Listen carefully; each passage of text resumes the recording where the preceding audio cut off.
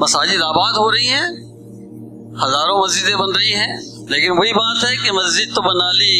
پل بھر میں ایمان کی حرارت والوں نے، روایتیں وہی، ارمان وہی، خواہشیں، جو ہمارا دل ہے نا وہ نہیں بدلا، کیونکہ ایمان کی گواہی ہم نے جو ہے زبان سے کی ہے، تصدیق بالقلب، قلب سے اس کا اظہار آج تک نہیں کیا ہے، اللہ ماشاء اللہ۔ ورنہ یہ نمازیں جو ہے دوستو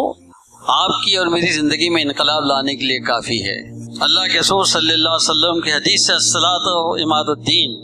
من اقامها فقد اقام الدین ومن ترکها فقد ہدم الدین۔ نماز دین کا ستون ہے، جس نے اس کو قائم کیا اس نے دین کو قائم کیا، جس نے اس کو ترک کیا گویا اس نے دین کو ڈھا دیا۔